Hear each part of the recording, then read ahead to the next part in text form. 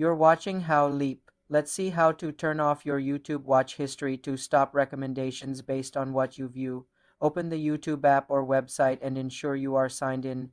Tap your profile picture in the top right and select Settings. On the Settings menu, tap History and Privacy. Here you will see two key sections: Watch History and Search History. To turn off watch history, find the toggle next to Pause Watch History and turn it on. A confirmation box will appear.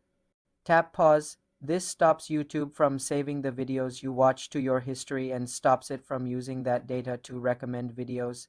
You can also tap Clear All Watch History to delete your existing history. To turn off Search History, find Pause Search History in the same menu and toggle it on. With both paused, your YouTube homepage will show more generic trending content instead of personalized suggestions. You can reverse this at any time by returning to the same menu and toggling Pause Watch History off. Note that while your history is paused, you will not see a list of your recently watched videos in the History tab. For more simple privacy and YouTube tutorials, subscribe to the channel.